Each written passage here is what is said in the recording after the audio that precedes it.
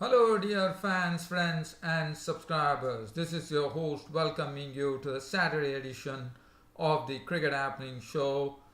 Well, the news is not good as far as international cricket is concerned. Rain has completely washed off the third day's play in the final test match between India and the West Indies at Port of Spain in Trinidad and Tobago with a very wet outfield and super soppers used, but nothing really came to any effect here as the third day's play was also washed out, thus meaning that in 2 days play it's not possible for India to actually win this test match, and it means that India can't consolidate their ICC test ranking as number one, and Pakistan would be probably moving to the first spot in ICC. So that is the sad part of it. And as far as because Pakistan were only 1 point behind India, so now it would be easy for them. I reckon it would be Pakistan who would be the ICC test rankings. They'll be going up. India will be pushed to second, and Pakistan will hold the top spot. Well, the other thing, the New Zealand and South Africa match on the second day was also hit by rain after only certain overs after the South Africans were bowled out, and then New Zealand took to the crease. We saw some good exhibition of beautiful pace bowling coming in, pace and swing from Dale Steyn when he picked up 2 wickets to set them back at 15 for 2 in reply as rain stopped play. After that, then tomorrow Australia and Sri Lanka are getting on to a different kind of business on a different kind of track, and we are talking about one-day international series which is coming up tomorrow, the 5-match ODI series, and tomorrow is the first one-day international match between Sri Lanka and Australia, which is going to be starting at Ketarama Stadium here. So that is one thing. So I'll be doing a brief preview of that one-day international match which is coming up, and also I'll also have a sneak peek at the Natwest T20 Blast Finals, where Northamptonshire actually picked up the T20 Blast Championship crown by actually defeating Durham by 4 wickets, and this was the second T20 Natwest T20 Blast title, and Josh Cobb was the very likely hero. Josh Cobb was the one who played a very beautiful innings of 80, which I'll be talking about. But first, let's head on to the New Zealand versus South Africa match, where, as I said, it was just a matter of time, and that's what precisely happened. As the South African innings, I thought they put in some good. They added just 28 runs, and in the 28 runs, we saw that Dale Steyn was bowled by Saudi for 2, and Vilnon Philander. Sorry, it was Kagiso Rabada. Kagiso Rabada really entertained by playing a very good knock. He was unbeaten on 32 with 5 boundaries, but Dan Peat was victim of the bowling of 10 bowled for 9, which left South Africa all out for 263. So the job was well done there by the Kiwis to actually not give South Africa much room, as they were all out for 263. And the bowling, well, 3 wickets apiece to Trent Bolt and Neil Wagner, 1 wicket apiece to Tim Southee and Bracewell, and 2 wickets to Mitchell Santner.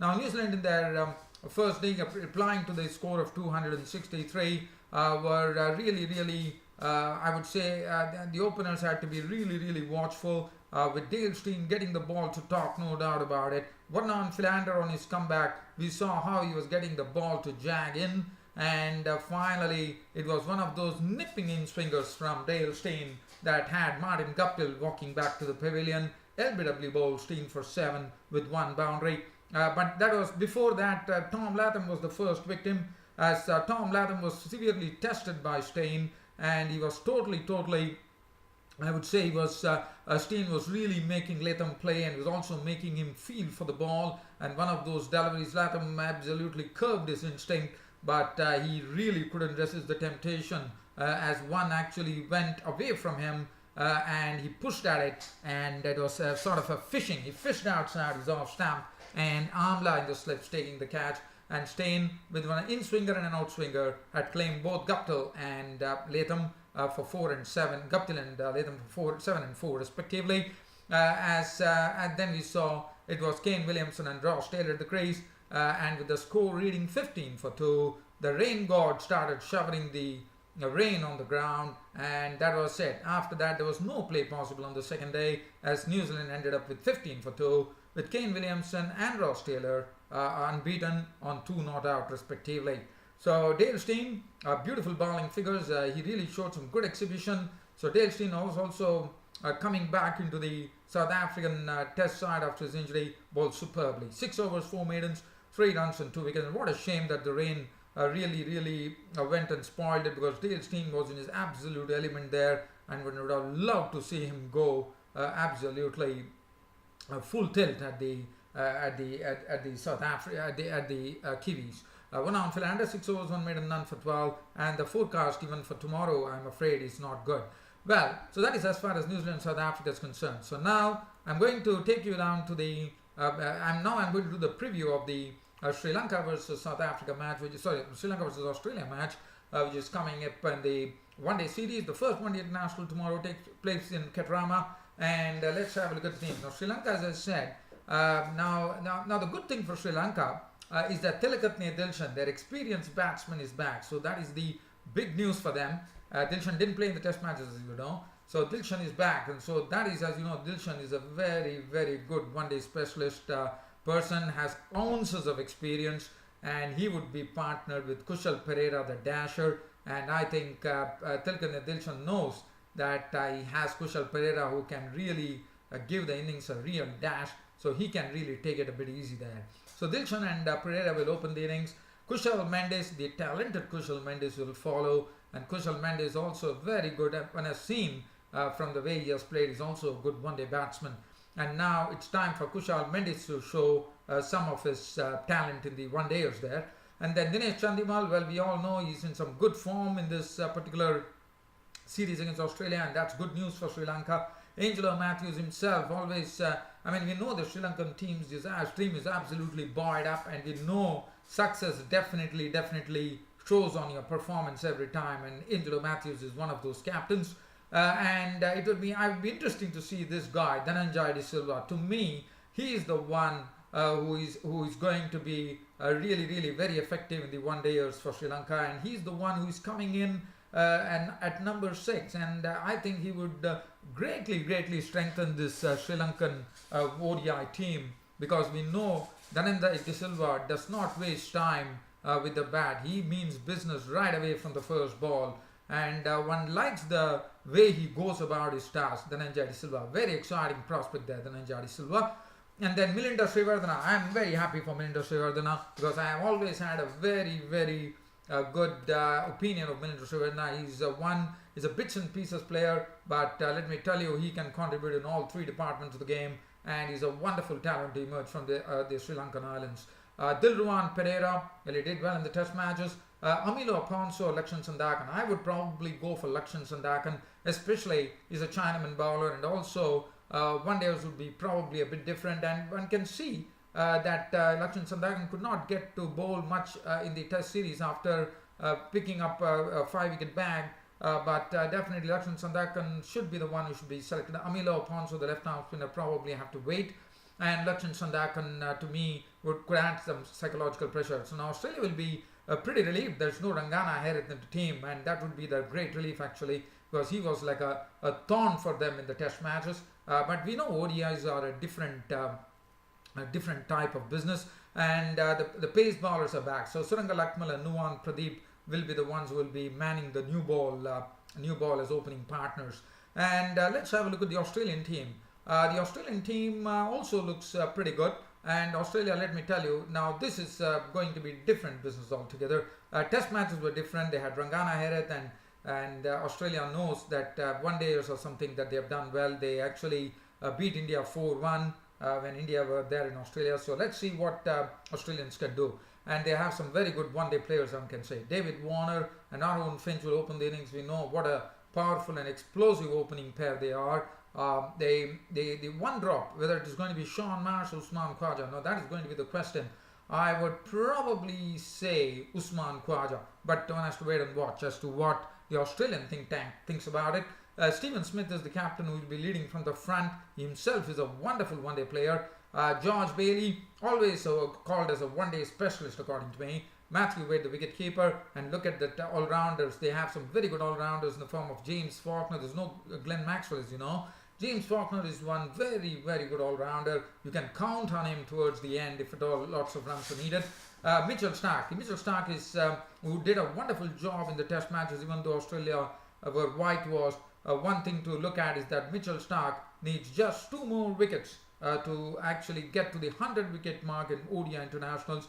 And by doing so, this will be the fastest ever 100 wickets in one-day internationals by a bowler. And tomorrow we might well see Mitchell Starc do it, because he needs only 2 wickets. I won't be surprised if Mitchell Starc breaks the record tomorrow. The record, as you know, is being held by the former Pakistani spin bowler Steyn who actually holds the record for the fastest 100 wickets in one-day internationals. He achieved the milestone in 53 games, and tomorrow Mitchell Starc will be playing his 52nd game, and one wishes him good luck. So he'll be probably breaking the record of Steyn, and also Mitchell Starc would be very proud. I mean, he will become the first fast-paced bowler to get to 100 wickets very quickly, because the previous record was held by Steyn, the spinner. So Mitchell Starc would probably become the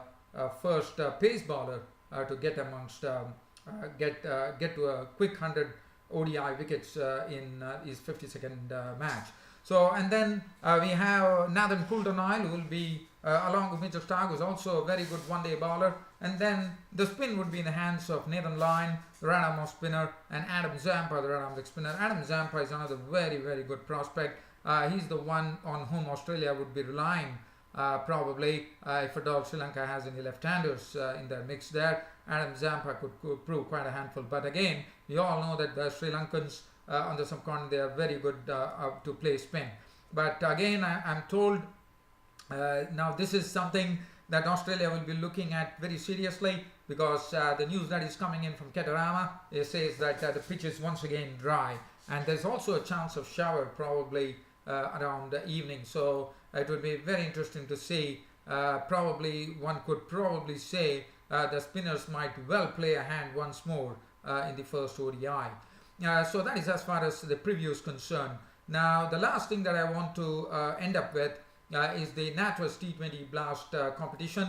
Today it was the finals of the Natwest T20 Blast, which happened between Durham and Northamptonshire, and it was Northamptonshire. Durham actually batted first, and they put on 153 for 8 of 20 overs. So definitely it was not a very good score on the board, one could say, from Durham. It was led by I would say a one-man show, and the one-man show was led by KK Jennings, who clobbered 88 of 58 deliveries with 5 fours and 4 sixes. Other than that, we saw Ben Stokes contribute 18 of 8 balls with 4 breezily hit fours. Stoneman, the opener, was out for 3 of 6 deliveries. Richardson made 4 of 8 deliveries. Burnham not. Paul Collingwood made 9 of 11 balls. Pringle made 2 of 7 deliveries. Borthwick was out for 10 of 12 deliveries. Arshad was not out on 4. Wood was not out on 5. 153 for 8 of 20 overs was the score that Durham put on the board. As I said, it was never going to be enough. And the bowling, Sanderson 4 overs, no made in 331. 2 for 40 for Rory Kleinwilt. 1 for 21 Azarullah. 1 for 26 for Stephen Crook, the spinner. Cobb bowled 1 off 9. 3 overs 22 for Gary White. Now Northamptonshire were actually chasing that mark. They had to make 155 to win, and they lost their openers pretty early in the chase. Rob Levy was out for 2 of 3 deliveries. Rossington was out for 2 of 4, so that was some 2 big wickets going. But after that, it was, and also they lost Duckett in the middle, and Northamptonshire were really struggling at 9 for 3 in the 3rd over. But in came in Josh Cobb to the rescue, and Wakely joined in, and Wakely and Cobb definitely put in a sterling partnership, one could say. One was absolutely a winning partnership, as 120 runs were added in 12 overs, precisely 12.1 or 2 overs, one could say. And that definitely, it was a very good partnership that ensued between these two, with both really getting the Durham innings, Durham bowlers by the scruff of the neck, as Josh Cobb hit 80 of just 48 deliveries, 10 fours and 3 sixes, and Wakely contributed a neat 43 of just 39 deliveries, 3 fours and 2 sixes. The Ross Keogh not out 16, who was there in the end when the victory came. Crook was run out for naught. Cleanville was not on 2. 155 for 6, match over. Northamptonshire actually winning the NatWest T20 Blast 2016 finals here by 4 wickets. Rushworth at 222. Mark Wood bowled had 1 for 25. Arshad was very costly, taken to the tune of 41 runs of his 3.1 overs. Jennings 4 overs cost 34, and Scott Borthwick Ranam Leggy 4 overs, none for 32. So Northamptonshire winning the 2016 NatWest T20 Blast, and congratulations to them. And Josh Cobb of Northamptonshire bagged the Player of the Match award for his wonderful innings, match-winning innings, one could say. Well, dear fans and subscribers, that really brings an end to this Cricket Happenings show, or the broadcast of mine today. I hope you all loved it and enjoyed it. There's more to come on Cricket Happenings tomorrow. That's on a Sunday. Till such time, I see you blokes. It's a goodbye from Host Ram Studios. Thank you.